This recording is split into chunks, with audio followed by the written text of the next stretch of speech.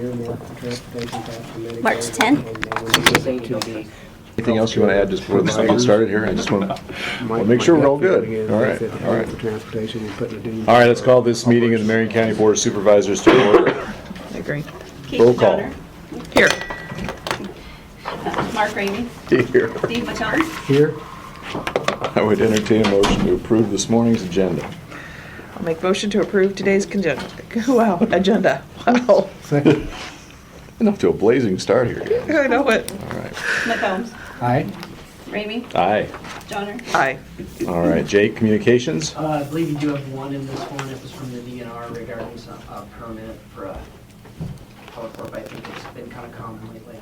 I'm not sure what they're doing. They must be doing something. Yeah, nothing we need to respond to, just request for public comment on what's being proposed. So board, if there's anything of interest to you, they are asking for public comment. Steve, did you get a copy of this? Steve Edwards? Do you have a copy? I think that's a normal procedure on there. I think maybe something you have to do every year. I'm not sure. Well, that's what I thought, Steve. I think it's something but they do every year. But I think he should take a look at it, though, Yeah. and let us know if that's something we need to comment on, so. All right? Okay. Public comments. This is the portion of our agenda to speak on items not listed on this morning's agenda. The board cannot act on those items, but they could be topics for future Board of Supervisor meetings. Are there public comments? Items not on the agenda. Sold. Entertain a motion to approve the consent agenda. Make motion to approve today's consent agenda. Second. Danny? Ramey. Aye. Johnner. Aye. McCombs. Aye. Very good. All right, on to business. We will declare the public hearing open for the FY21 Marion County proposed budget. Jake? Yeah, so items 1 through 4 of the agenda are basically all dealing with finalizing the FY21 budget. I know it kind of feels like we're done with it a little bit. We've spent a lot of time, 3-4 weeks ago and beyond, putting that together with all your meetings with department heads and yourselves and down here. And it kind of goes that way because of timing, having to put it in the newspaper 10 and 20 days prior.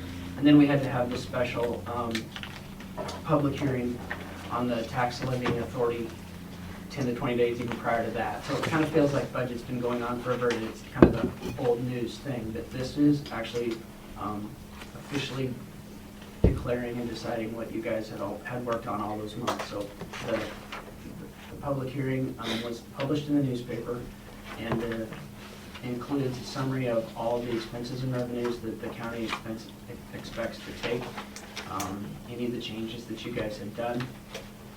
It does include expense for this elevator. That's what I was going to ask you, the debt, the capital projects? There it is. Yep. That's that big change in there, and it is directly out of the general fund. For this case, if something changes on how that is done, it can. But that elevator project, I went ahead and put the amount of what that proposed contract was in that capital projects section of Fund 1. Right, so note for the board, if you can see that on your budget 2021 column, Yep. down on, it will be line 27. Jake has accounted for that. And that's why that number increased quite a bit Yep. in the bottom line, just so you know. Now, if there's expenses that start out of this fiscal year yet, we're gonna have to do a budget amendment anyway. So if it's over different fiscal years, it may be. I just wasn't sure. So I put like the full amount of what that bid came in that day. Yeah, I think that's reasonable, Jake, because we don't know, Right. until we get bills Right. coming in, we account for it this year, but then we can adjust Yeah. as bills come in. So just figured that was the better way to do it. Okay, so. Yep, Other no, than that, it's your budgets were, the requests were, the departments were, normal or lower in most cases. You held your levy the same as last year. There's an increase in tax valuation, but the levy's all the same. So really the biggest change in budget from last year to this year is that capital project. yep. Very good. This public hearing portion, are there any public comments on the proposed FY21 Marion County budget? All right, seeing none, I'd entertain a motion to close the public hearing. Make Motion that we close the public hearing. Second? Danny? Johnner, Aye. McCombs, Aye. Ramey, Aye. Very good. Next is Resolution 2020-29. I'll say that fast, really, 3 times really fast. Adoption of our elected official salaries for FY21. This is per the recommendation of the comp board with an adjustment. Yeah, so this actual resolution is new in the last few years that the legislature, for lack of a better term, is requiring counties to hold a separate resolution for what the elected officials' salaries will be. That is also actually on the budget form that's submitted to the state and always has been. I'm not sure where this came from, but it's kind of like that tax levy authority thing that's new. This was new a few years ago. So the same process holds as the comp board meets end of last year, November, December. Sends a recommendation to the board talks about it, and that's kind of what they want to do. You guys, in a meeting, decided to reduce by, I think, 0.5% from the recommendation, is that right? Correct. And so, that was, then everything was changed in the budget for that, according to that. And then those numbers are on this resolution. So technically, you had a motion to tell us what you were gonna do with that recommendation, and now it's officially incorporated into the budget, through this resolution, and then also included on your next item, which is actually adopting the resolution for the budget. Right. So they would, number two, if you get, and number 3, the numbers are the same in there. Yeah, got it. Any discussion on item number 2? Is there a motion to approve? I move we approve resolution 2020-29. I'll second. Sorry. Steve wanted us to go fast, so I'm trying to keep. She can have the second. McCombs, Aye. Ramey, Aye. Johnner, Aye. All right, next is 2020-30, and as Jake just alluded to, this is actual resolution adopting said budget.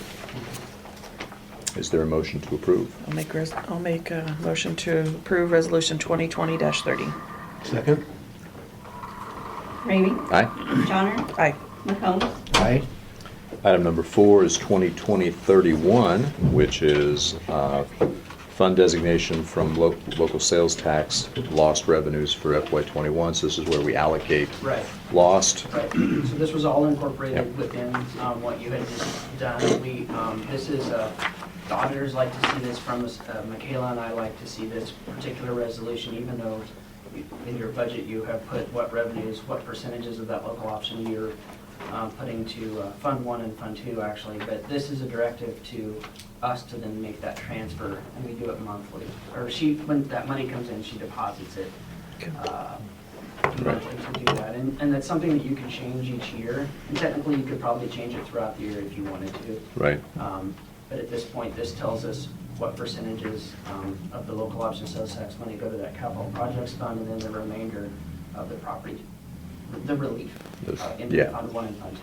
Yeah, in accordance And I with the, believe we increased that just a little bit this year because the projections were, historically, we've used $1 million of revenue, and I believe that we increased that just a little bit over time due to the Department of Revenue projections, slightly. got it. Okay, very good. Any discussion, board? No, I don't Okay, need discussion. would entertain a motion to approve this resolution. Make motion, go ahead. I move we approve resolution 2020-31. I'll second. Johnner, Aye. McCombs, Aye. Ramey, Aye. Resolution 2020-27 is approval of the FY21 secondary road budget. Tyler? Yeah, so similar to item 3, this is approval of our budget in the Iowa DOT accounting code series versus the county auditor accounting codes. So all the revenues and expenditures match, just in their format to what you just approved. Right. Everything that was presented during the budget cycle. Correct. Okay. Right, very good. Discussion? All right, is there a motion to approve 2020-27? Make motion to approve resolution 2020-27. Second? McCombs, Aye. Ramey, Aye, Johnner, Aye. very good. Moving right along. 2020-28, is approval of our FY '21 through '25 five-year construction program. Tyler? So similar to the budget, prior to April 15th each year, we have to submit our 5-year construction program. For the most part, the program is just moving projects ahead from where they were programmed last year to, things in year 3 are now in year 2. However, there are a few changes this year, and I provided you a lot of information. I did not prepare a presentation because we didn't have anything to show you. So you have basically a list of projects that I had emailed to you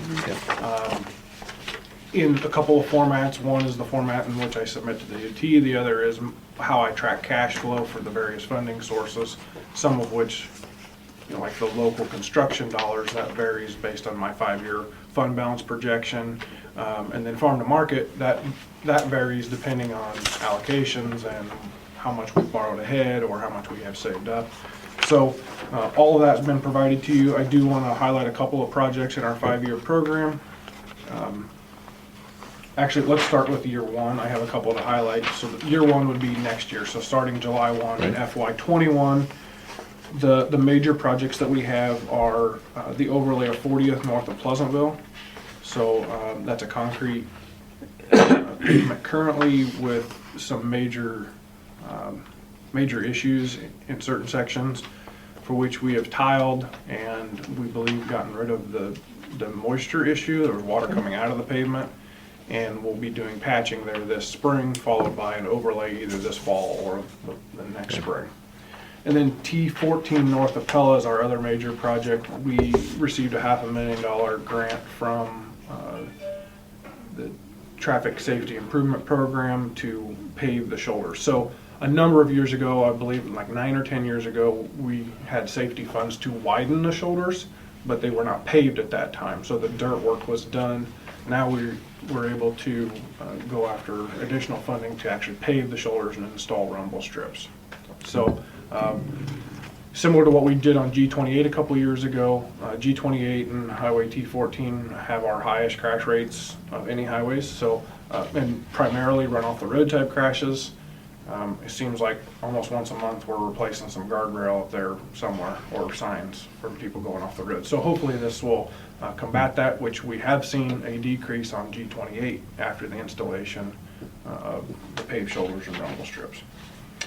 Following that, in 21, we'll just be doing a few minor bridge repairs and replacements. The largest of those would be Pierce Drive Bridge. So this is down by our clay shop, and we will be using the federal aid swap money. This will be our first swapped project. So that's the federal dollars taken in by the state, and then instead of passing the federal dollars on to the counties, they keep the federal dollars and give us state funds, which reduces some of our obligations in permitting and project development. Speeds up things on both the development and design side, but also on the construction side. We get more bang for our buck typically. We don't have to meet some of the federal requirements because we aren't using federal dollars. Right. So, Is that the bridge between Clay and Gregg? yes. So this bridge is one of about 6 that we looked at. I mentioned this to you earlier in a previous board meeting, but so we can't save, we're saving for the Flagler Bridge out here at T15. And now our estimate's about 2.7 million for that bridge. Well, we can't save up that much federal aid. So we're only allowed to keep 3 years allocation, so $900,000. So basically we had to squeeze this Pierce Drive Bridge in to spend our money down. But we're trying to keep that balance as high as possible. So we felt, based on traffic volume and a number of other factors that we use in rating the bridges in a prioritization, that this was the bridge that best suited to use those funds, even though we hadn't technically planned on it a couple years ago. So that's kind of the highlights for next year. And then throughout the rest of the 5-year program, I won't go into too much detail, but there are 2 projects I want to highlight. So keeping on trend with the federal aid swap bridge funds, because we're still trying to keep our balance down before the Flagler Bridge happens, we have to do a second bridge because this year we received an additional allocation. So typically we receive about $350,000-$60,000 a year in federal aid swap. The federal highway transportation bill had additional funds left over. We aren't sure from where. So we got an additional $175,000 this year, which means my balance went up even more, or Marion County's balance. Next year, they're anticipating another $350 in additional funds. So rather than receiving $350, we'll get $700. So now I'm having to squeeze 2 bridges in prior to the Flagler Bridge to keep below the 3-year accumulated cap. So I think it was 3 or 4 years ago, we had a public hearing for a bridge down on Story Drive where we were looking at an alternative alignment. So we could use federal funds to build a new gravel road, punch it through to G76 and not replace the bridge. For which the residents kind of petitioned to not do that. They didn't want to use the road. They would rather use Highway 14, a longer detour route, than use G76 to get to the alternative route that we were proposing. So with these additional funds, we went through our criteria, just as we did with Pierce Drive, and determined that this was probably our most likely candidate. Now that we have funds available to fund this bridge, I'm proposing replacing that Story Drive bridge with these additional dollars we've received from the feds. We do have a couple of other bridges in mind. They're programmed later in our 5-year program. They are larger bridges and they are more challenging projects. But going through the detour route, the estimated years of remaining life, traffic volume, the Story Drive Bridge definitely rises to the top in all of those areas. So again, we're proposing that bridge for a couple of years out. And our plan was to not replace that bridge at all. So Remind me again, Tyler, why we can only keep the 900,000, like the cap? Is that just that is a restriction from the Iowa County Engineers Association Executive Board and the Iowa DOT. Because in the past, the Use the money. Federal Highway Administration does not want you to show a balance because if you're not going to use it, we're not going to give it to you anymore. Right. So across the state, they try to keep our statewide balance low. Okay. We can borrow ahead 6 years, Yeah. but I don't like to do that either. We try not to get more than a couple of years borrowed ahead in any of our funding sources. Well, if you've got a certain allocation, they want to make sure we're not banking those dollars for something else other than what. right? Otherwise, they'll spread it differently. Right. Yeah. Wherein It won't lies, come to Iowa. wherein lies the So- difficulty saving up for the Right. Flagler Bridge. Yeah. So then, we're gonna go from 1 year borrowed, or 1 year accumulated to 4 or 5 It's, years borrowed again, one of ahead. those things that I don't know that the public really understands how you're, what you have to do to be able to, Yeah. yeah. Yeah, So, the challenge is. the challenges of you being go able to, from yeah. 1 year borrowed ahead to 4 or 5, or 1 year accumulated, 4 or 5 borrowed ahead, and then you don't do anything for 4 or 5 years. Right. Yeah, Because you can't. don't know. I appreciate it. You're doing a great job. Thank you. Thanks. So, I'd be happy to answer any questions on what I provided you. Those are a couple of highlights, otherwise everything's just kind of progressing as normal. We're still in maintenance mode. We're still doing maintenance and pavement preservation type projects. We're not building any roads, new roads. We're not fully reconstructing any roads, because if we were, we wouldn't be doing 6, 7, 8 miles of overlay. We'd be doing 1 or 2 miles of new construction, and that's about it. Okay. Appreciate it, Tyler. Thank you. Any additional questions? And we're certainly not in favor of adding any more miles to the system. All right. All right. Steve, anything else? No, Okay, good with that. Is there a motion on 2020-28? I'll make motion to approve Resolution 2020-28. I'll second that. Ramey? Aye? Johnner? Aye. McCombs? Aye. Very good. Next, we have a Renewal of a Class C liquor license. We did this last year, I believe. Yes, Year we to year. did, I believe. Slideways Karting Center. Yeah. I think that's it. Anybody, we don't have anybody here representing them, do we? No, So- not generally. They do it all online. Nobody said anything to me. They've filled what they needed to administratively online and paid their stuff. Thank you, Jake. They've Sheriff? been good- They've been good to work with on it. They actually call us and ask us to do drive-throughs and different things, so I have no issue with it. Very good, thank you. Any questions, board? Nope. All right, if none, I'd entertain a motion on the renewal of this Class C liquor license. So So- moved. Is there a Second. move to approve? Move to approve. Yeah. Second. Johnner, Aye. McCombs, Aye. Ramey, Aye. Very good, thank you. All right. Next, discussion item on Marion County property casualty coverage.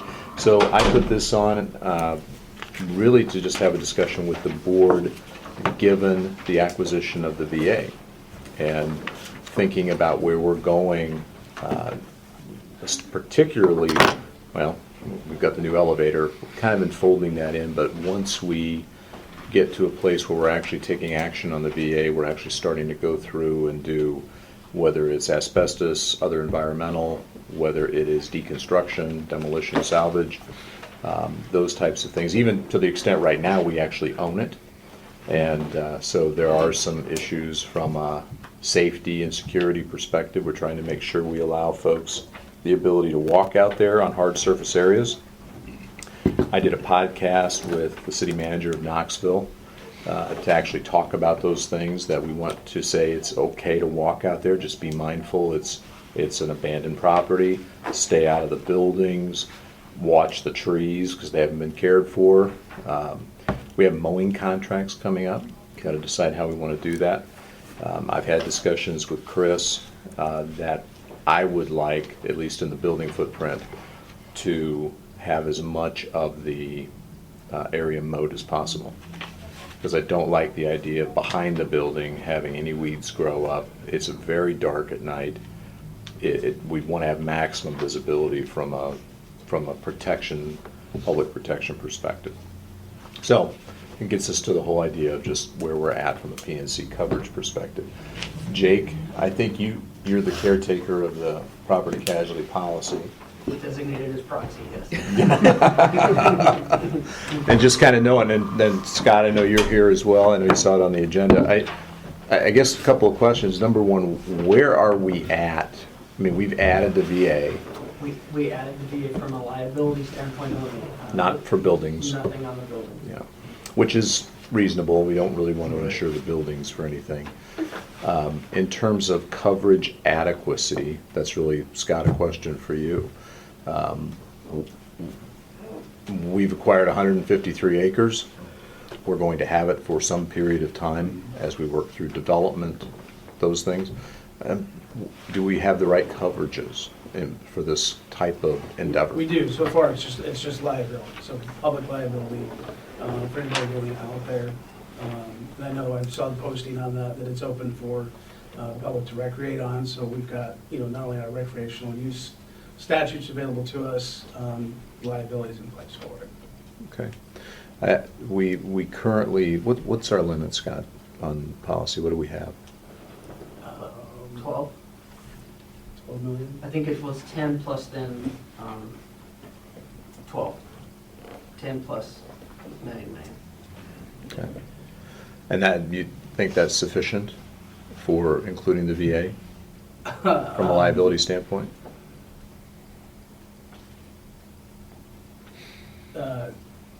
Yes, I would. I mean, pretty much they can sue for whatever amount that they want to.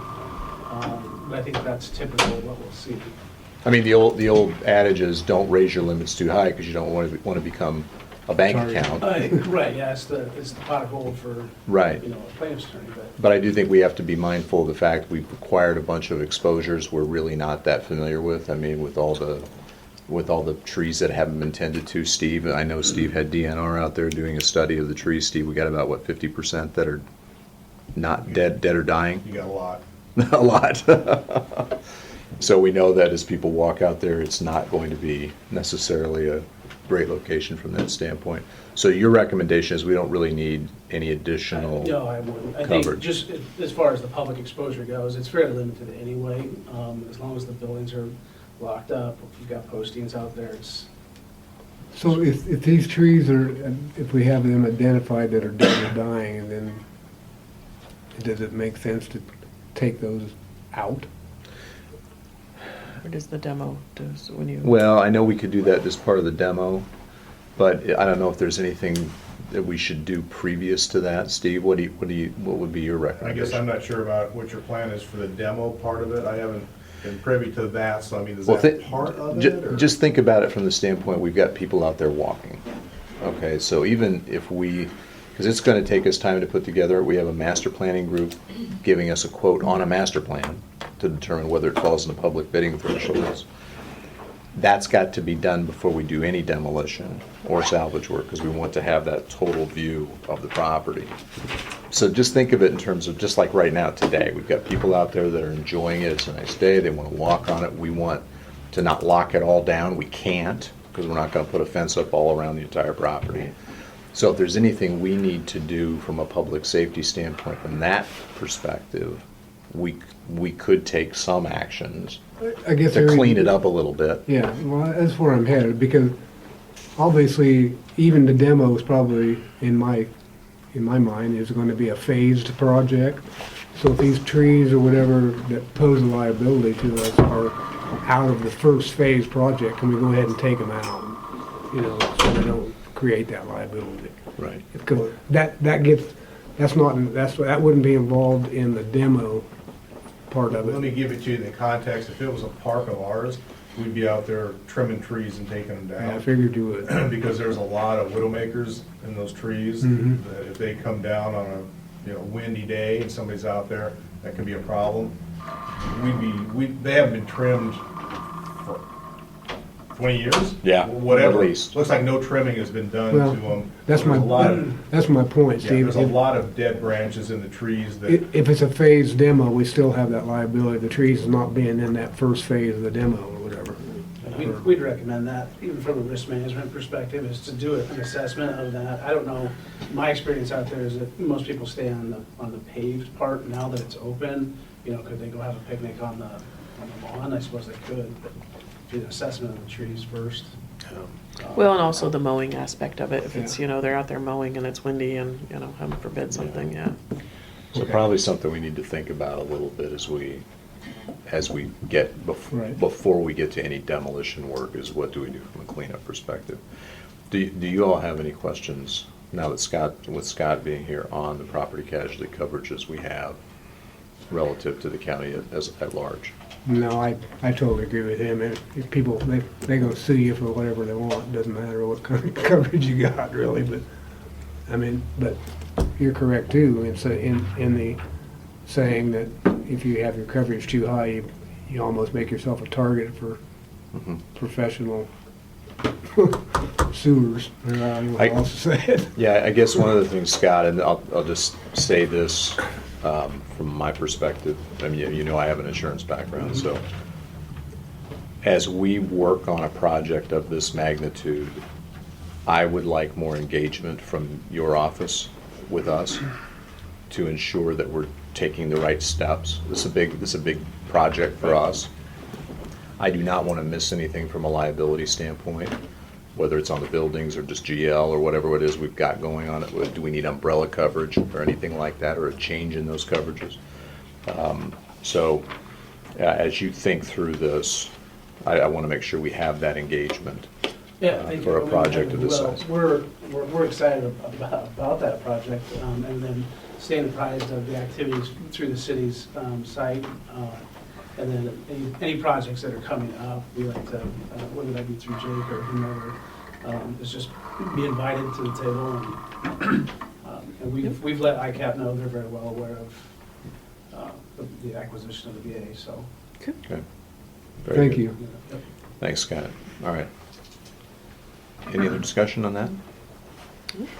Okay. With that, I entertain a motion to close discussion. Motion to close discussion? Second? McCombs, Aye. Ramey, Aye? Johnner. Aye. Item 9. Tyler? Yeah, so quarterly, I like to give you guys an update of what the road department is doing and challenges we have, projects we're working on, that sort of thing. So one of the big things that, big initiatives for 2020 is kind of a cheesy named initiative, Focus 2020. So I came up with this about a year ago. It was my 5-year anniversary as county engineer, kind of reflecting back on what I had accomplished, what the department's been able to accomplish, and things we wanted to do yet. So 2020 vision, Focus 2020. So let's take calendar year 2020 and run with it and kind of see what we can do better. So these aren't necessarily things we're doing bad. A lot of them we're doing good. It's just how can we do them better. And it ranges for anything from personnel related issues to part-time employees to administrative to even mowing our own lawn in the shop yard. So it's a really wide gamut of things. There's I can't remember did I send this to you? There's 3 or 4 pages worth of things that I went over with all the crews. I got that. Okay. So the overall purpose was to improve morale, productivity, efficiency, and provide sustainable levels of service and improve public perception and fiscal responsibility. So we chose Focus 2020 because we wanted to be the center of interest and be the focus throughout the year. We started off by kind of looking at what we wanted for job expectations. All of our positions have a job description, but what were the expectations of that? What going beyond the job description? You know, when we drive down the highway and we see something that traffic is driving around, you know, our department is responsible for road maintenance, but also road safety. So if something in the road is presenting a hazard, make sure we stop and move it to the side, pick it up, or radio to get a piece of equipment there to move it.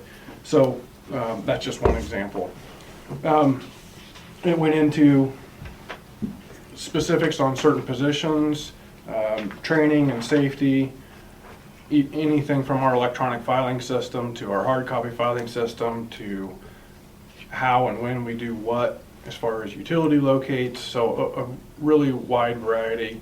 I think the guys have, we're about a month or 2 in now, and the guys have really kind of taken it under their wing and have embraced it. So a lot of this falls back on our supervisory staff to kind of make sure we're doing those things. There were no hard goals or deadlines necessarily. At the end of the year, we just wanted to be able to look back at this list and say, were we able to be better in certain areas and do more and be more efficient and more cost effective. So just kind of giving you a heads up what that is. If you want more information, I can provide that to you. Great, thanks, Tom. Junction 92, just kind of giving you a status update on that. So I made my proposal. We are proceeding with the grading work, which, as you remember, I had budgeted in both FY20 and 21, not knowing when that would happen. So we currently have that out for bids right now, or competitive quotes, let's say. And we'll be trying to get that work accomplished this year following the old 92 overlay project. A couple of things have been put into motion with the proposal that I gave. So one of those, one potential thing would be the passing of the bond for Knoxville Community Schools was a potential option. Again, there'd be a lot of coordination between conservation and everyone there, but they had interest in our central shop and engineer's office facility. So that's one thing. And then there's been a little more development at the landfill. They have had interest in our clay shop, but now the Iowa DNR is expressing interest in that as well. So I don't know if you know that, Missy, No, I didn't know. but they're now Is that looking for a shooting range Oh, alternative that's right. location. Yeah. So Yeah. I've Okay. been in That's contact with them. Okay. They're trying to get a timeline from us on when we want to sell or if we're going to sell. So Tyler, can I do a question? Have you had any more discussions with the schools since the passage of the bond on the no, shop? Okay. other than I just mentioned to Cassie, it's one step in the right direction, I guess, Okay. for us and them, Yeah. potentially. The only thing we need to look at is the zoning. It's not my shop, so. Well, I think one of the things, if you do get contacted, if you would refer those folks to us. Sure. Yep. I would like to have them part of an overall master planning project that we're working with the VA. Because to Okay. me, this seems to fit with that. And then obviously, Steve, we gotta have Conservation Board included on that discussion as well. Is that possible from that standpoint? The zoning would need to change on that if it becomes no longer part of the park, and whether or not it's gonna be annexed into the city, and Yeah, so. yeah, we'll have the, but I think the bigger discussion right now is just, we've got at least 4 entities between Conservation, Marion County, the school, Knoxville City, and the school district that we would need to coordinate with, just to have that discussion, so. Yeah, very good. Go ahead. I just wanted to make sure I didn't forget that. So last Monday, we started our spring rock hauling. We haul 26 weeks out of the year, 13 in the spring, 13 in the fall. So this spring, we have 50.3% of our maintenance rock. So this is what we surface the gravel roads with, the haul. That's 58,000 tons. We put into place, as part of Focus 2020 and other initiatives, ways to be more efficient in our rock hauling. So hopefully we can get that hammered out before the end of the fiscal year. Roads seem to be in pretty good shape. Discussions amongst our crew supervisors going into winter, our gravel roads were probably in worse shape than they were going into last winter because spring was so tough on them. We took a couple steps backwards last year, but this spring we are far and away in better shape than we were last spring. Equipment purchasing. So with the approval of these budgets, we're going to start more actively pursuing equipment purchases for FY21. We've got significant 8-9 month lead times on some of this equipment. So we're looking at a single axle truck as proposed in my budget. Budgeted 160, we're looking at 156,000 for that, which is a couple thousand more than the single axle we purchased the year before, which was surprisingly less increase than I expected. And then we had 3 motor graders budgeted. I think you guys saw a big jump in my equipment budget because of purchasing 3 motor graders. We have had some problems with our current Caterpillar motor graders. They're all under warranty, but we've had quite a bit of downtime, a lot of issues that still aren't figured out. Had they not been under warranty, we're talking $35,000 to $40,000 fixes. Wow. So we have basically decided to go with John Deere after a lot of investigation. I don't know that Marion County has had John Deere's since maybe ever. Ever that I know. So we're taking a little risk here. They'd be under warranty for 7 years. The annual cost of ownership is about 15% less than Caterpillar. So You trading in then? yeah, we'll trade in. And they're willing to give you a decent, Is it motor problems, drivetrain problems? Transmission and final drives and tandems and basically you name it in the drivetrain. Yeah. And lack of power. really? Lack of power, lack of shifting. We've got 5 that in the last group we bought 5. We have about 3 different shifting problems right now, and none of them shift the same.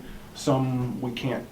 One big problem we have is a safety issue. We can't take off in a gear higher than 3rd.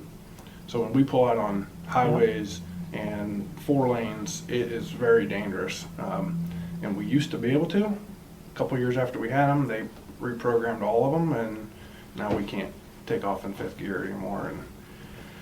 And then That is scary. and I then understand we have what you're saying. when we're pushing Tractor. snow and you start to get under a heavy load, the transmission seems to downshift too late, and it has a big hesitation because it's shifting between the high and low range of the transmission, and then basically they lose all the momentum. And so every drift you go into, the machines lag and basically come to a stop.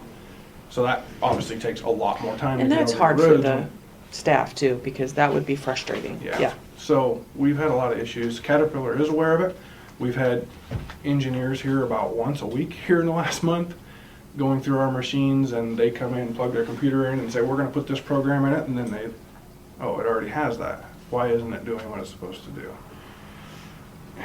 And one of the other big issues is in manual shift, it still shifts over you. So we aren't able to shift them the way we want, even in manual mode. It's overriding. And so we've had lots of issues with the shifting, and that's a computer problem. But we've had mechanical issues, lots of metal fragments and play in the drivetrain. That's where it's went for $30,000-$40,000 fixes under warranty. So with 3,000 hours. So, I mean, studying wise, the John Deere seems to be better? I mean, or what other people are using, or? So talking with other county, I mean, there's a lot of counties that run John Deere. Okay. Jasper County ran them for about 15 years under a 5-year buyback program. And they went with CAT here most recently, and they want their John Deeres back. Okay. The other thing we're doing, so we're able, at 15% less cost of ownership per year, we're also going from a tandem drive Caterpillar to an all-wheel drive John Deere. Really? So, Okay. so in the snow pushing scenario, road regrading scenario, when we need more power and traction, we will have that available to us at a lesser cost even than what we're currently running. Sounds like a smart move. So, all-wheel drive in the John Deeres has been a problem according to counties, but not in their recent models. They went to a hydraulic drive versus a mechanical drive, Okay. front wheel assist. So, the counties that have the newer hydraulic drive are not experiencing the problems. So a big change for us. We'll have 7-year, 7,000 hour warranty. Okay. So it's likely we will keep the machines under warranty and then trade them in, which is the buyback type scenario we're doing with Caterpillar. John Deere will not do a formal buyback, so they will not guarantee a trade value. Okay. But we think it's still advantageous for us, based on the cost of ownership, to at least look and get trade quotes at the end of the warranty period rather than keeping them, just due to the cost of parts and the time it takes to repair. We are definitely seeing less parts and shop time with the ones that we have under warranty. Because when I started, we had no machines under warranty. Now we have 7, and we have significantly less parts budget due to that. Right. About 20% less with half our fleet being under warranty. So, all right. Before you leave that, Tyler. Yeah. Is there anything from a fuel cost standpoint that we can take advantage of with the fact that prices went down 21% yesterday? Yes. Fill up the tanks. We are watching that, and we've made a couple gambles a little too early. So we contracted about 6 months of fuel last week, and Mike McMurray is kind of frustrated with himself, but No way. we can there was no contract way to another, know. Yeah. here in a couple weeks, we'll be able to contract another 3 or 4 months. Okay. So with what Mike did contract, we had budgeted, I think, $331,000 in fuel, diesel fuel, and he saved, we're currently, with what he contracted, 50,000 under. So Okay. for the first 6 months of the next fiscal year, we're 50,000 under the budget. Okay. So if he can save another 50 grand, that is huge. Yeah.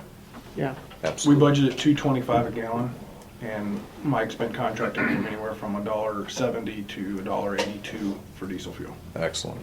Excellent. Yeah. Good. Good. Thank you. VA district, just a couple quick things here. We, with Chris's help, we've taken advantage of some lockers and different things.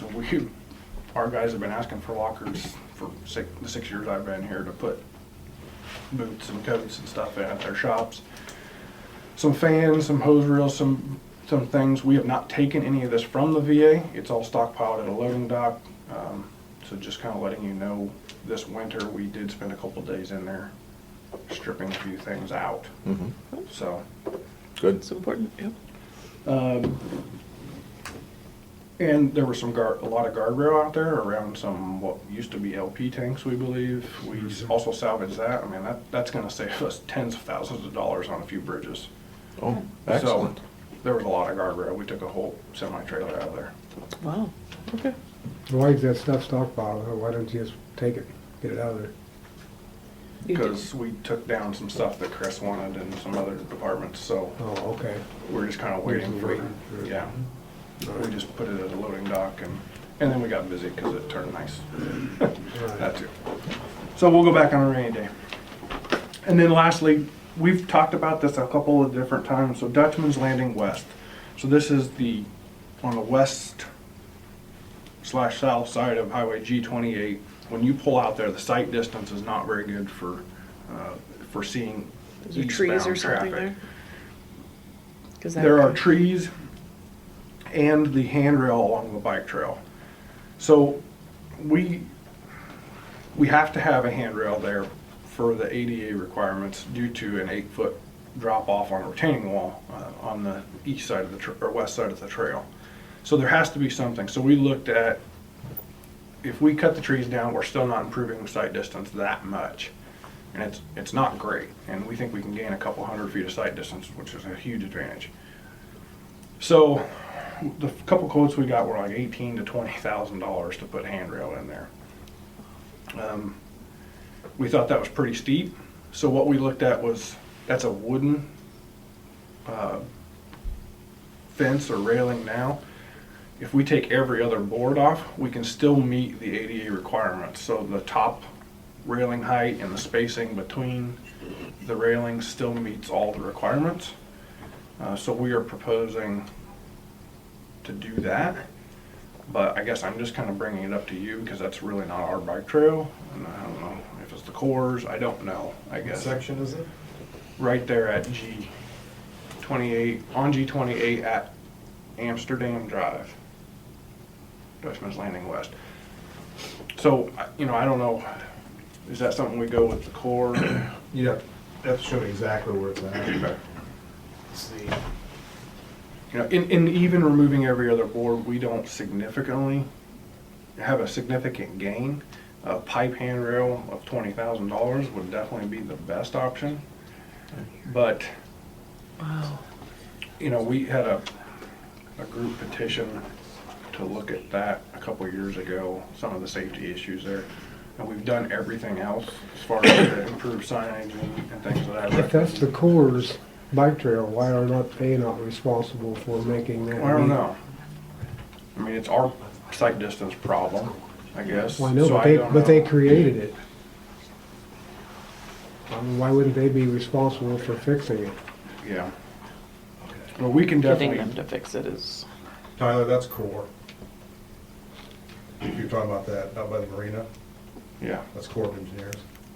all right. They don't seem to care, I guess. So they don't ever get back to me. So I don't know. Do we, Well, yeah, I'd fix it. We're delivering their law enforcement contract to the Corps here, so, I mean, I can ask them if you want me to or something. yeah, it's just no response there. If they create a On the hazard, why issues. wouldn't they be responsible for it? is there any way you I guys know could don't both have go that. together? Kind of chat? Yeah, I'm more than willing to help on it. I think If you can, sometimes when just you go have- ahead and yeah. Just say, hey, listen, this is your guys' fence, I mean,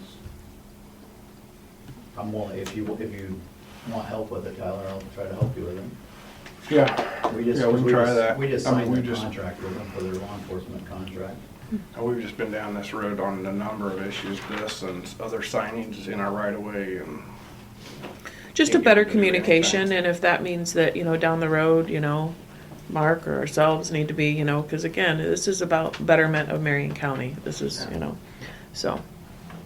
I guess the reason I'm bringing it up today is just because we've had this safety issue come up 2 or 3 times in board meetings before, so I'm just giving you an update. And I've Yeah, had people we've say done- things to me about it We've too. done everything we can do. Right. Except this, and it's kind of a gray area, so this is the last step, and it will be a significant gain in visibility there. We'll take a swing at it, Jason, and work with Tyler on that, and if it doesn't work and they're not responsive, let us know. And Okay. then maybe we need to have a different discussion. Yeah. Doesn't hurt to ask. All right? That's all I have. Thank Tyler, you. thank you. Any additional questions for Tyler or other questions? Okay, entertain a motion to close discussion. Make motion to close discussion? Second? Ramey? Aye. Johnner? Aye. McCombs? Aye. All right, very good, thank you. All right, on to evaluations. Do we have copies of that in your Keisha, or do you just have them? I don't, I have them. We You have made them, a all copy. right. Very good. The two we will do today both asked for open meeting evaluations. So the first one will be Andrew DeHaan, Marion County IT Director. Good morning, Andrew. Thank you. How are you doing? It's good. Thank you. Thank you. So, Keisha? Yeah. Andrew, so, okay. Thank you for the information. You're always good about doing that. To open up, just wondering, Andrew, if you could maybe tell us a little bit, like, on a given day, what does your day look like? What does my day look like? Mm-hmm. So I do have, I provided you a list of goals and projects that I did over the last year. And so typically, you know, managing my department and trying to keep the help desk items as few as possible. My assistant does the bulk of the help desk work. I'll fill in when he's not able to get the help desk items completed.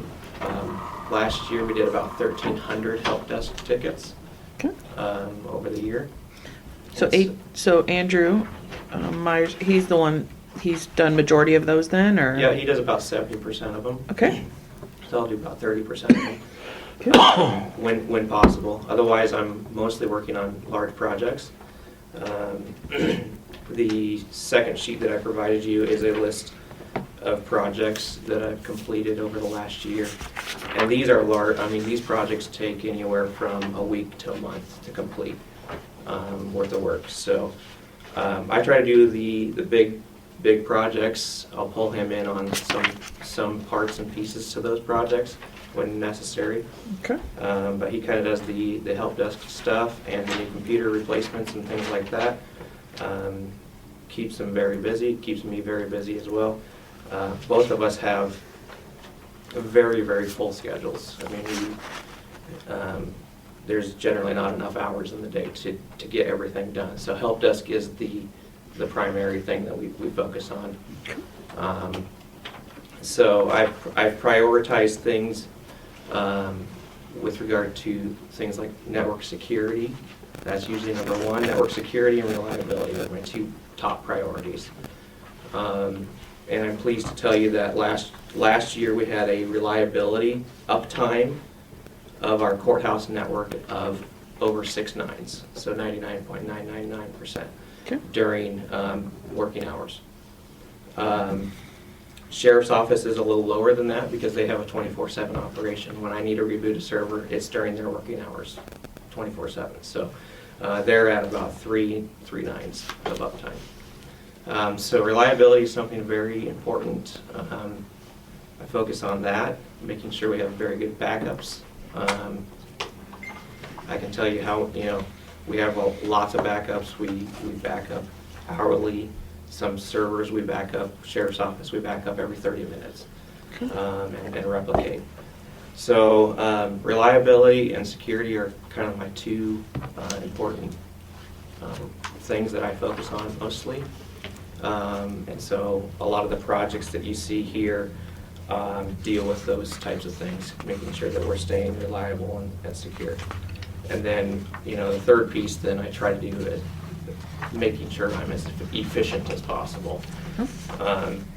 And as we talked about in our budget hearings, and I provided that sheet again for you towards the back of my packet on the efficiency of my department from a funding standpoint, but not just funding, it's also from the workload that we have.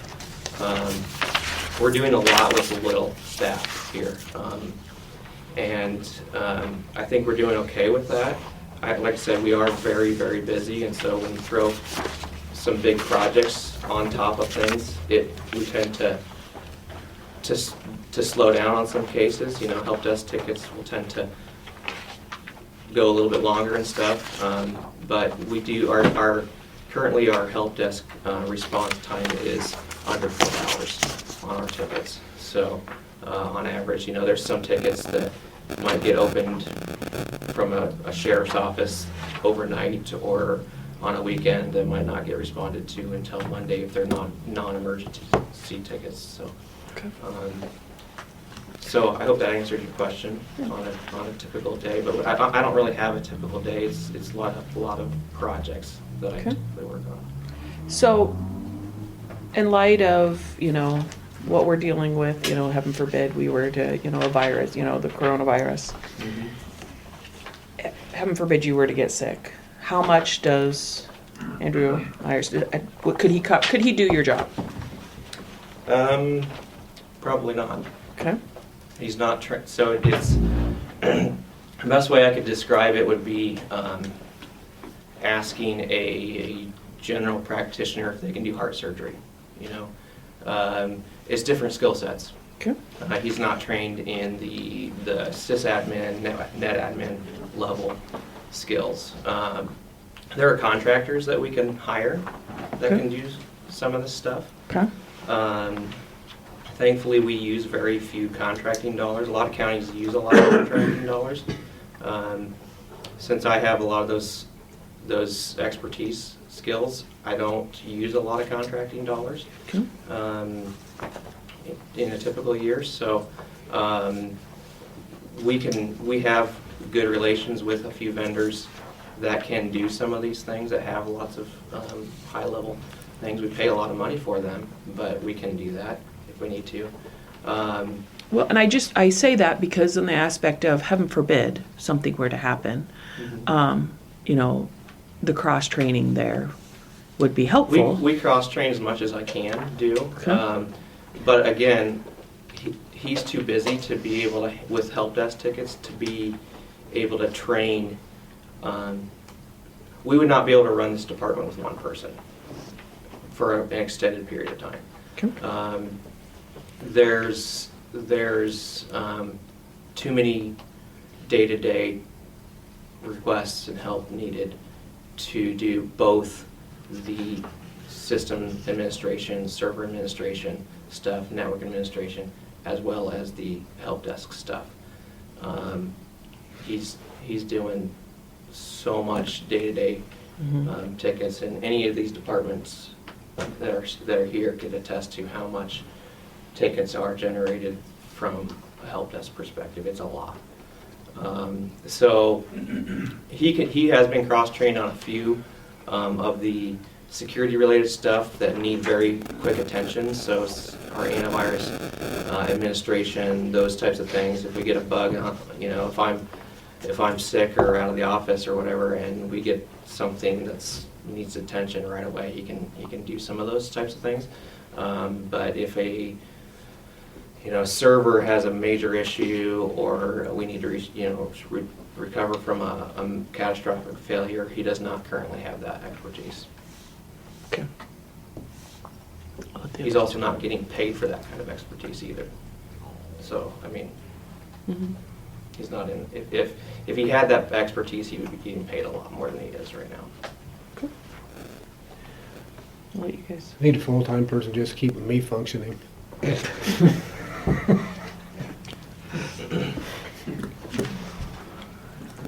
Steve, do you have anything for Andrew? I want to thank you, Andrew, working with the state, especially on this move to East Elementary. It's been tremendous. It's been fabulous. Yeah, Thank you. it's been a lot of, some of these, like I said, with some of these big projects here, the move has been consuming a ton of my time.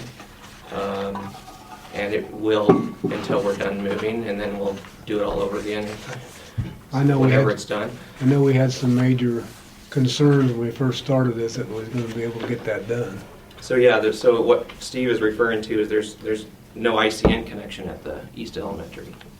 And so we have proposed a shared resource with the state where I now have, as of yesterday, the fiber connection down to East Elementary up and running. And so I've offered to virtually carve out a pipe for them on that fiber for the ICN. We got a yes right away from the clerk of court's office. DOT was dragging their feet a lot.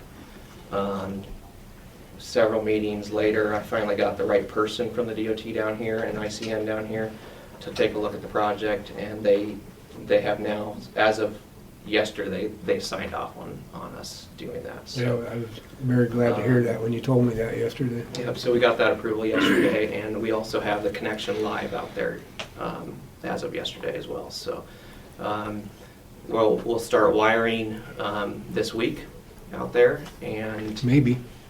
well, the contractors are set to come wire this week. Depends on how many holes we get, Bill. And so we will start moving some offices. The plan is this weekend to start with the first round of moves this weekend out there. So are you helping with that then on the weekend, or what Yes. is the, So our plan is, after the movers are done, I believe, and some of this stuff is not really known yet because this is going to be the first round of moving, but the plan is probably Saturday, the movers will be finished, and then IT will come in Saturday, maybe even Sunday if we need to, and make sure all the computers are working, printers, connections up here to the courthouse network and everything. We'll make Yeah. sure all that's all functioning, so that might way Monday when they come in. Hopefully, I mean, chances are we'll probably miss something, but hopefully it's very few things, and they'll be able to come in and start working right away on Monday. That was going to be part of my update, that our intent is to move the recorder and assessor and zoning this weekend. Okay. 'Cause I think Yeah, so Chris and I have been working really hard on having a schedule set and trying to stick to that. I know he's really wanting to keep that schedule set from keeping this project going time-wise. And so I'm trying really hard to make sure that IT's not the hindrance to the move. and we appreciate it greatly. Yep, so I mean, I've got, our wiring contractor's been great. They'll be here, they'll be pulling wire like crazy in there this week, and it's not gonna be pretty. I mean, there's gonna be wires dropping from the ceilings, and It'll be functional, though. it'll be functional. All right. Well, Andrew, you're one of the few departments that, I think you and Lisa, and I'm probably missing somebody, but you're basically an internal service department. So how would you describe your relationship with your fellow employees in terms of, because they're the ones asking for all the service? Right, so, I don't know, you probably would have to ask them what my relationship is with them, but I feel like it's pretty good. I feel like I could have a relationship enough with any department head where I can sit down and have a conversation with them, and if they've got any technology requests or thoughts of any technology needs going forward, we can sit down and have a conversation and figure out what that looks like, how we can assist with that. They might have a different opinion, but I feel like it's a pretty good relationship with everybody. I mean, is there something that we need to have in terms of regular follow-ups? Because we've not, as a board, ever done that. We've not ever asked for a peer review, essentially. But when you're a department like that, maybe we should. Would that be helpful to you to understand their view of you, kind of the 360 review concept? I guess I mean, if somebody has something they want to get off their chest and tell me, I'm open to any peer reviews. Well, is there an open dialogue between you and the departments that you serve, so that if there is a critique, that you can respond to the critique and improve and meet their needs, or explain to them why that need can't be met? Is there a way to do that? Other than my door's always open. I mean, Jason? Can I, as a department head, I can tell you just my relationship with both Andrews or whatever, they're very, very accommodating. I mean, 24 hours a day, 7 days a week, if we have issues or different things. And I feel comfortable enough with Andrew to approach him or, say, hey, listen, this is a concern or an issue. So I think, I'm just speaking for me as a department head, I think we have a really good relationship along those lines. Both Andrews have always been very accommodating and understanding our needs. especially with the 24 hours a day, 7 days a week, 365 So days. you got a lot of service out Yeah, there. if it was something where if we had an issue at 9 o'clock at night and I wasn't getting a response for them, you as a board of supervisors would know that, but Mhm. that's not the case. I mean, they're definitely responsive to us, so thank Okay. you for the opportunity to. You bet. Thank you, Sheriff. I appreciate the comment. Yeah. I guess I would second that as both first floor employees, as as a group of first floor employees, we do a lot of things, joint effort, and both Andrews are very, very accommodating anytime there's any concerns or issues or equipment questions, so. Okay. I would agree with I that. would say the same thing, but I have no problem going down and talking to either Andrew. Actually, we've been working on trying to get Wi-Fi at the county park. Oh, okay. And Andrew's been more than accommodating to come out, even if we can't make it, he'll go out and set up equipment, try to figure out the best locations for that equipment. Same thing with Cordova, we're working on trying to get faster internet there because we take so many online reservations, about $300,000 worth, that we can't afford not to have that fast service. And he is coming up with different ways that we can do things, which is a great help for us online. So, yeah, I mean, he's incredibly helpful. So is Andrew number 2. So, yes, I like those sentiments exactly. All right. I would agree. I can be pretty demanding, and I've finished a lot of conversations with, I don't know Michaela? what you're talking about, please just make it work. You just told me I was nuts this morning, but hey, other than that, Confused, hey. way different. Other than that, no problem there. Well, I appreciate it. Kim? He's also been very, very accommodating. We've had because of the number of employees that we have and subcontractors and all of that kind of stuff, we have a pretty solid system for working with the Andrews. And neither one of us are afraid to say what we think to one another. I agree. That's the way it should be. Well, good. Well, what? We always make kiss and make up, don't we? I mean. careful. Okay, let's make sure we strike that. Do not quote that in the paper. Kim and I have had a lot, so Kim, with Kim's department, she's got a lot of compliancy to deal with. And so, of any department, we have had to put our heads together and work on solutions the most. Yeah, and things that get frustrating because we want to be able to do this, and he explains to us, you can't do that because of that. Yeah. Everybody should be able to have that Bridges- conversation without bridges being those. offended. So, Kim's department is one of these where, with the compliancy, it's, yeah. well, why don't you just let us do this? I mean, and then the conversation oftentimes is, well, we can do this, but that doesn't meet compliancy. So, it's a lot of give and take. We can make our network completely 100% secure by turning the internet off, but then nobody can really do anything. Right. And Right. we can also make it super wide open and not have a firewall and not have antivirus. So Yeah. there's always a balance there, and different compliancy. CGIS is another compliancy to deal with from the law enforcement standpoint. HIPAA, those are the two biggest ones that we really have lots of pushback sometimes to, okay, I know you want to do this, but it doesn't meet compliance requirements, so how can we do it a different way? And he's gone to bat with the state for us a few times. Yeah, we've had to do that too. Okay, very good. Well, I appreciate those comments. Thank you very much. And not to, kind of drop this out of the gate, but I think, Keisha, a note would be for our internal staff. This would be probably Lisa, this would be Chris, Andrew. We probably need to have some kind of 360 feedback. So this has been very good from that standpoint because you folks are the ones that are being served by this department. It's a mission critical department. We have to make sure that that's going. And we don't get around to everybody and do a poll and say, well, what do you think about the Andrews? What do you think about IT? We don't do that. Right. So it's comes down to review time where you guys have to be able to have some way to have feedback. Because frankly, I call Andrew when my password expires because I don't remember what my password is, ever.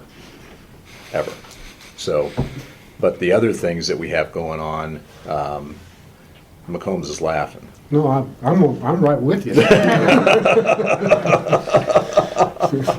But for your systems. You and about 100 other people. Well, but you have the systems. You have the systems that we have to use every day, and they have to run. I mean, Jason, your point's well taken. You can't be down for any length of period of Well, time. and also, not only just, I mean, I think a lot of times those two are just associated with the computer side of things, but even on us, the camera systems, the things that go along with that, those guys are always out there to make sure that our cameras match up with the computers, the in-house and the security aspect and stuff. So it's not just the computer side, so like I said, things are going well. Andrew, I do think it would be important that we, and we will obviously talk to others about this too, but heaven forbid, something where, do you have things in place? Do you have a book? This is what we need to go to. Do you see what I mean? Well, it's a business interruption plan, is what she's asking for. I do have a COG plan in place. If you look at my goals for 2020, second to last one there is updated. Okay. So it's been a few years since it's been updated. So, and in fact, it was before Andrew Myers was here. So that is on my goal list, as well as a security event plan. So a security event plan would be something like if we would get ransomware. A lot of counties have had that, and it would shut down business operations in certain areas or parts of the county. It would be good to have a updated 2020 security event plan. Here's how we would deal with that. I've started working on that a little bit, but it's not fleshed out and finished yet. So that's on my goals for this year, as well as several other security related items. We do have shared login accounts and everything shared out with the IT department, myself and Andrew Myers. So should I get hit by a bus tomorrow or something, the credentials and everything would be available. We would be seeking out third-party advice, though. We would be hiring a contractor at that point. And at that point, would you have somebody, in your COG plan, you would have that mentioned, or? Yes. Okay. Yeah, and we have that now Okay. already. Okay. We have a vendor out of Des Moines that I use for some projects here and there that I've used over the last couple of years, where it's just give me a statement of work, here's a project, turnkey, do this project for me. So they have, that vendor has been on our network, they know, they have the capabilities, they've got 30 or 40 staff members that have varying different levels of resources and capabilities for them. They can come in, you're going to pay them $200 an hour to come in, but they can come in and do some of these high-level projects, high-level things as an interim type of situation. Cool. And that is part of the plan. Good. Okay. Well, Andrew, just so you kind of understand, this is just your evaluation. We will further discuss wage increase, all that later on. We're not going to decide that right now, or I don't, proceed to unless one of the others. But so, but I do appreciate. In your budget, what did you put? So last year I had requested a 6% increase. You guys gave me a 3% increase or whatever the 2.5% or 3%, whatever it was for everybody last year. This year I'm asking for a 5% increase, which is a 1.5% increase over budget. So my budget increase was 1.5%. And the reason I asked for a 5% increase is just due to the demand, the numbers on this sheet here, the amount of work that we're doing after hours, calls. We are on call 24 hours a day, 7 days a week. And then, as we talked about in the budget hearings, what the amount of increase of technology folks, IT folks, in not only county but private sector has gone up. anywhere from 4 to 5% year over year over the last several years. So I'm starting to fall behind on some of that versus my peers, especially in the county space. I know Warren County just hired a guy who's 4 years in the industry, and he's just a network administrator for about $5,000 more a year than what I make right now. So. I did do some research on that though through ISAC. The 7 counties that are similar in size, actually all 7 are higher than us, but the average salary is $80,696. On which county? ISAC. So we have Des Moines, Jasper, Webster, Wapello, Sioux, Lee, and Marion. So that would include us. So 33,000, clear up to 39,000 would be population size. That's what I went off of ISAC. So, and you currently, what do you make here? So the Jasper County Director is more. You're 84, 405. Okay, so I can tell you, yeah, the Sioux is 83, Wapello is 66, Webster is higher, but it's also GIS coordinator, so that was 91. Des Moines was 76, Jasper was 90, and Lee County, did I have Lee? Hang on, let me make sure I didn't want to. Yeah, Lee. Lee County was 71 full-time, so yeah. For county level, you are within that scope. Okay. So, so were you wanting the 5% increase also with Andrew Meyer too? Is that what you were seeking, or what were you? He's closer to where he should be. Okay. I had budgeted 4% for him. Okay. Now again, if his skill set would change, he's where he should be with the skill set that he has. Okay. He's always, if his skill set would change, he'd get more training, get more certifications and things like that. That goes up very quickly. Okay. So. All right. Very good. Any other questions for Andrew? Steve? I don't. No, I'm fine. Okay, Keisha? Good. Good. Andrew, thank you. We will, I guess, Board, I would say let's review the comments, review the information Andrew has presented, and then next meeting decide on salary increase. Okay. Okay? So, Danny, could you make a note of that as an agenda item? Very good. Thank you. All right. Thank you, Missy. With that, entertain a motion to close discussion on this evaluation. Make motion to close discussion on Andrew's evaluation. Second? Johnner, Aye. McCombs, Aye. Ramey. Aye. Very good. Thank you, Andrew. Appreciate it. Hi, Missy. Hi. So I guess what I provided you was, first of all, the top sheet is a list of things we talked about last year and the goals we set.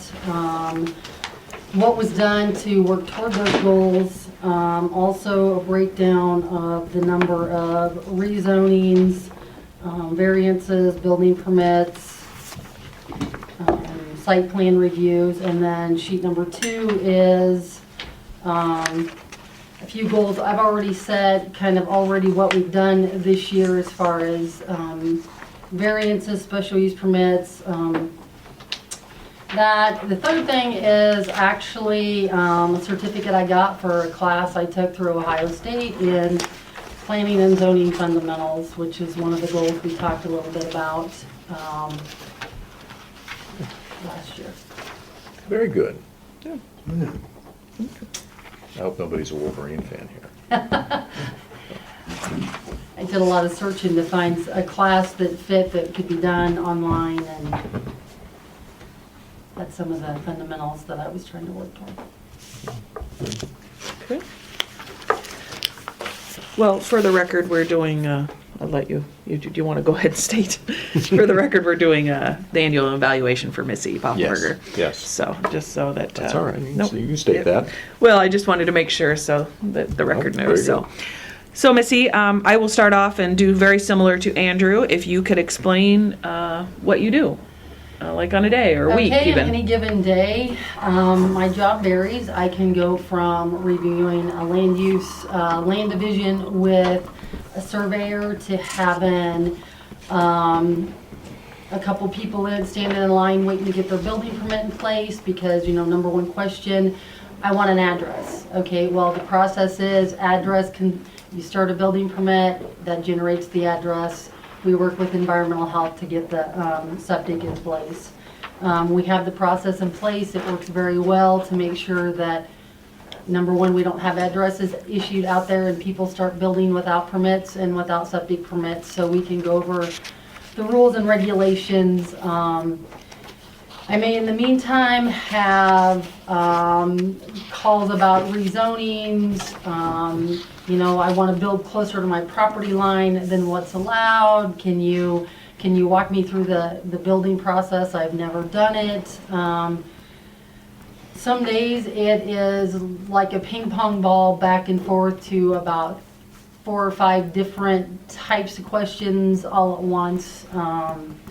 And in the meantime, if you're working, all my variances, special use permits, rezonings, when they come in, they're on a time frame. So they're there to have their information in the end of, like the 3rd week of the month before it's going to be heard.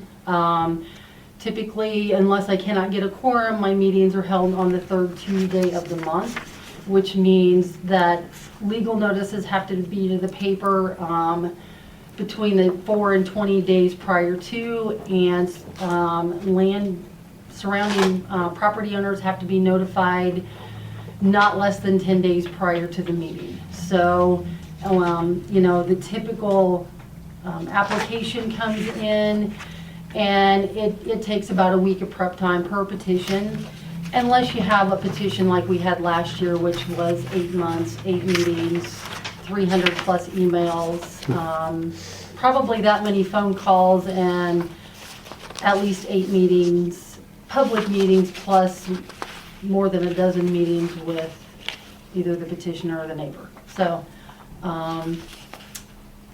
yeah. So my day, there's never a typical day. We're going into the busy time of year. So far this year, we've already had 3 special use permits. We have a variance, a rezoning, 2 site plans, and we haven't got to the busy season yet. So, we have. So do you have what would you consider your busy months or times versus your slower? From March to June gets extremely, that's the building time, where everybody, they're raring to go. The summer slows down maybe a little bit, and then we hit again about August to October, where everybody wants to get it done before winter. So, really the only 2 months that we have that are typically a little bit slower may be December, January. Okay. All right. Steve? No, I know this last one we worked on, Missy, was pretty awful. It was very, Yeah, we gotta be very, cautious about what we're saying. I know, Yes, 'cause I know yes. it was time consuming. it was very time consuming. It took a lot of research. There's a lot of details. There's parts of the ordinance I think I can quote by heart because I've read them that many times to ensure that we were doing everything that we needed to do correctly. So, Do you find that sometimes it's difficult to separate yourself from your personal feelings from what's actually required? actually, as I tell people and as I always try and focus, and I had to do this with the last special use permit application we had that came in, my job is to present what the ordinance says. No matter what my feelings are about it, my job is the ordinance. That's what I'm paid to enforce. And it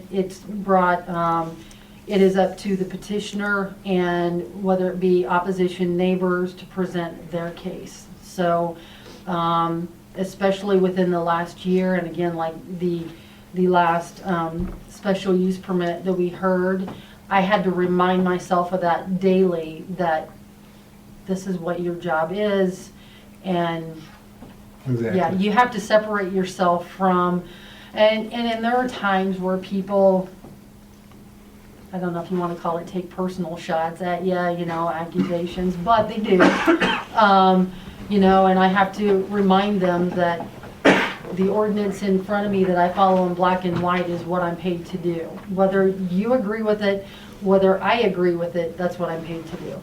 Yeah, you find yourself getting caught in the middle of I do. a feud, and I get it. But you need to, and I think you're doing a lot better job at that as far as trying to separate yourself from the personal feeling side of it, because you're absolutely right. The ordinance is black and white. If you follow what you're supposed to follow, then I wouldn't worry about what anybody else says. Well, I appreciate your professionalism. I mean, you've done a really good job about that, and getting the information to us, and that is important. Do you also have, heaven forbid, something were to happen? Do you also have a, plan of sorts? The backup plan, I guess, as I've talked when I'm gone, obviously for land division, But I'm even talking like, do you have any of it written down? Do you have, does that make sense to you? Yeah. No, that's definitely something that we've always, basically when I type out an email as I'm leaving, to direct the public or my machine, who to call about questions, obviously, and in the auditor's office is land division. Bridget has the basic building permit information, and they would talk to her anyway as far as septic permit. I think what you're 911 address would be Jeff. What you're looking for is like a written SOP. And I can standard definitely operating write that procedure out. Yep. manual. that I would think be- we're to the point, personally, I Yep. think that would be important. Some of these departments have deputies, and those Yep. deputies could, step up. But some of those, obviously, single departments, but, who would we, Rezoning, you would have to rely on Snyder. Snyder and Associates would be, for any rezonings, because there's not really anybody within the county at this point that, and I'm not gonna lie, I've been here 19 years. It was 19 years the 5th of March, and just when you think you've heard them all, I got a call last week about a adult entertainment of all things, and I'm like, whoa. right? So just when you think you've heard them all, that something, although there's ordinances for zoning, there's never any, everything's different. There's different situations. So that's where it would be hard to necessarily, as you and I talked, to have a backup for, to handle a rezoning or to handle a special use permit. The best bet would be Snyder and Associates. Okay.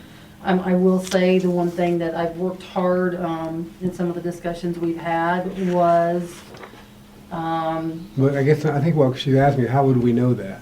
Do I you- will get that, I can get that all Just written as long as down you and have- get that yeah, in yep, yep. place.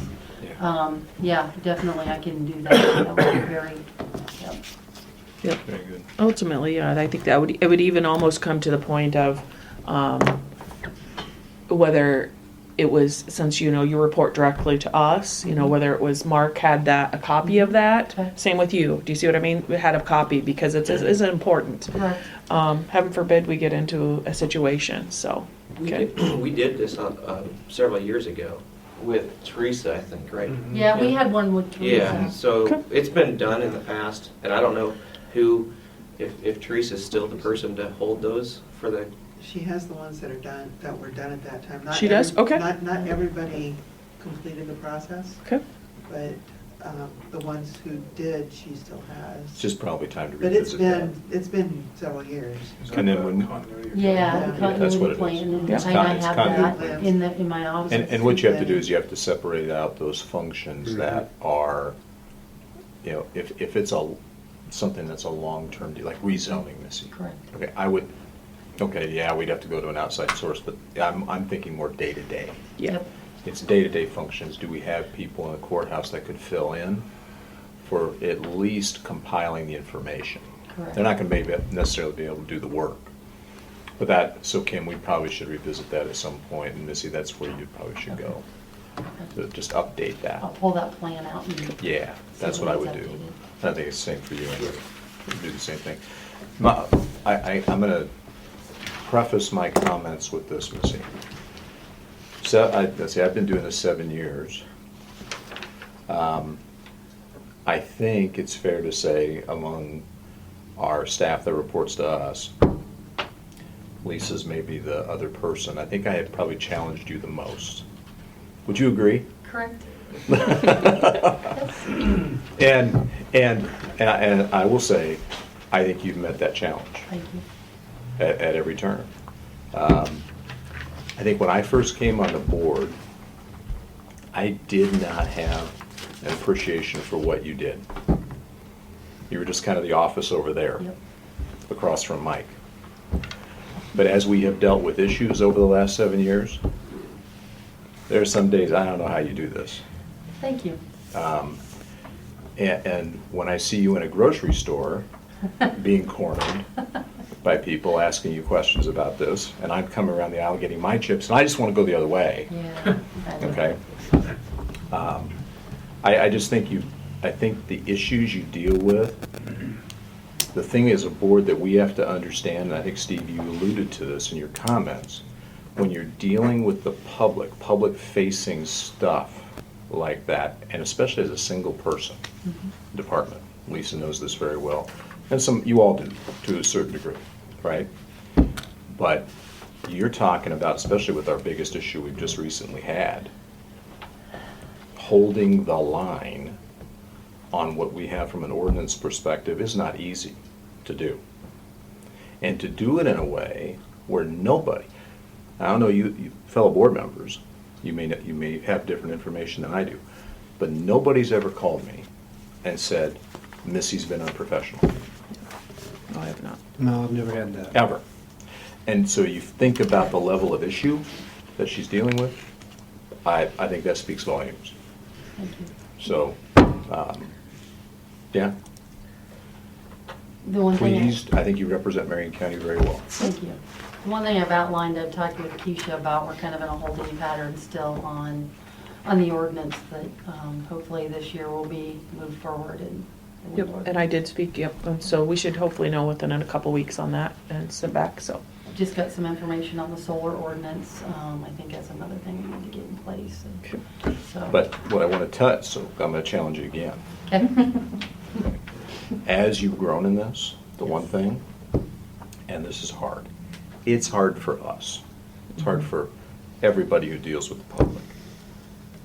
Take a deep breath, take a step back. You do not have to respond immediately to everything. That's right. Always take a gut check of the responses. This would be any of you. Sometimes the pressure is answer that question now. And I think you've been doing that. But I would just encourage you to continue to do that. And give yourself some breathing room, especially with all the things that come, the variety of issues that come. So, what did you put for a salary increase? I mean, given the direction we had was 3%, that's what I put. I did put at the bottom of here what ISAC shows as the average zoning administrator salary. I looked at a few surrounding counties. Warren County does, I guess, similar to what we do. They have a few more petitions. They also have 2 full-time people and a county attorney in their office. Where are you at right now, Missy? Yeah, as I say, I don't remember what you're I'm at 53,314. Remember, part of that is a reimbursement for addressing. Warren County, she currently is at 63. So, and the average is 57,688. So you were at 53 and you put it in your budget 3. Yep. Yeah, because that's kind of what the Yep. direction was, and we hadn't had the reviews yet, so. Yeah. But part of that's reimbursed through 911, Yeah. Is that 12%. 12%. So, that, I mean, when you're looking strictly zoning, yeah. Yeah, okay. Well, like we said with Andrew, we're going to take all this information and give the board time to think about it, and we'll make salary decisions in the next meeting. Yep. Okay? Very good. I'd like to make a comment. I work with Missy on a weekly basis, so as a peer of hers, both our departments work well together, and she keeps me apprised of things that are going on and vice versa. Okay. We try to coordinate when there's a new building going up, we try to coordinate our site visits together so we can provide, there's two of us, so we try to go out there at the same time, so kill two birds with one stone, to work well with the public.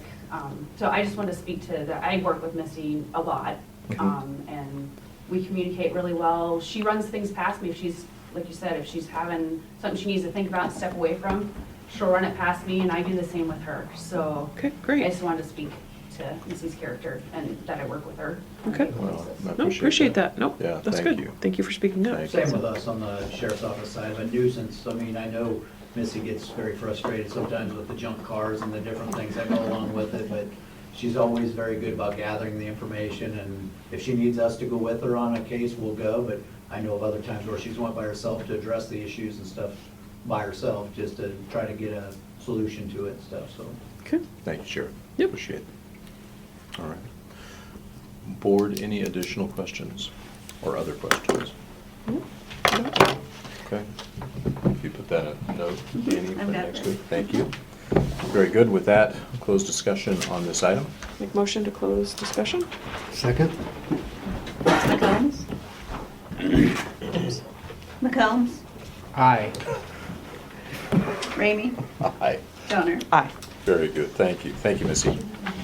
Thank you, Missy. All right. Updates for the good of the order. Mr. McCombs. Well, it's like I said earlier,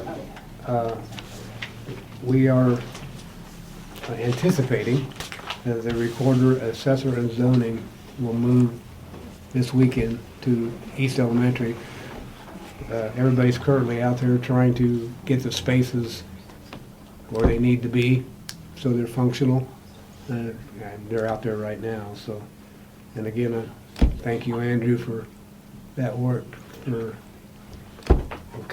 no matter how many walls are built, we couldn't use them. So I appreciate that, and that, we're moving along. We have stuff, Michaela come in this weekend and move stuff out of the basement, getting ready in anticipation of the construction of the new elevator. I appreciate everybody's help on that. So,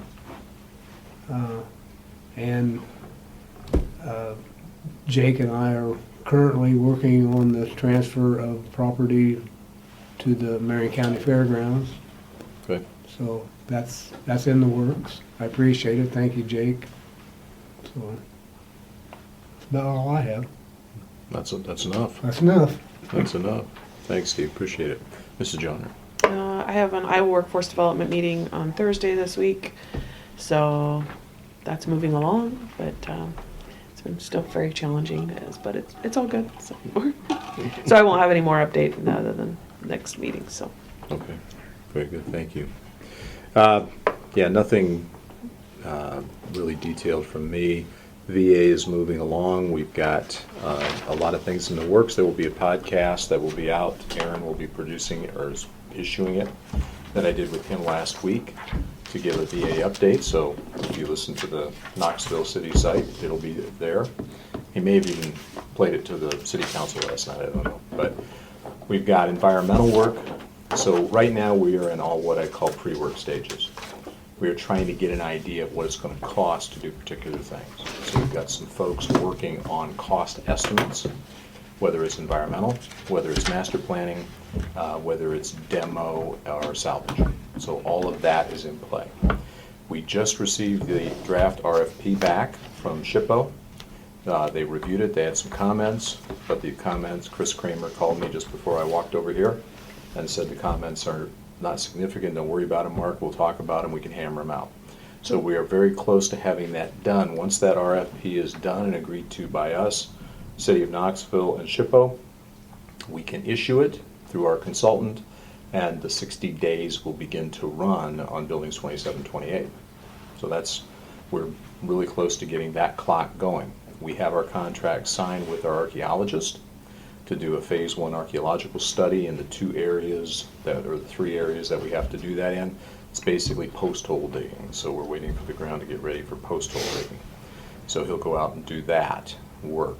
So we have a lot of things in play, and now as the weather heats up, people will start seeing more and more activity. These, out of the then property. these sites were chosen by SHPO, not us, so. Yes, Yeah, okay. yes, So everybody clear on that. yes. Yes, our choice would have been to have no sites. Yeah, yes. So, and then, of course, everybody is familiar with the things going on with coronavirus. Between Kim and Jeff, they've been keeping me in the loop on that. State of Iowa, and we've got information we're posting to our Marion County website. Kim, is that out there yet? It's not up yet, but it will be very soon.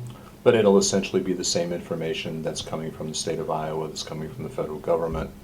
But we'll keep people apprised from a Marion County perspective as well. Some of the questions that Keisha is asking from a review perspective flow off of that. We need to just make sure from a county government standpoint that we have continuity of government in the event something happens. So we have no additional guidance other than what we have received. And but we want to be prepared from our standpoint. So there's some conversations going on around that. All right. Any other questions, comments for the good of the order? Yes? The next meeting will be at 3014 East Main. Good point. Yep, next meeting will be there, where we will have TVs and a little better visibility. More room for, seating. All right, So, thank you for that. With that, motion to adjourn. motion to adjourn. Second. McCombs? Aye. Ramey? Aye, Johnner? Aye. we are adjourned, thank you. Oh.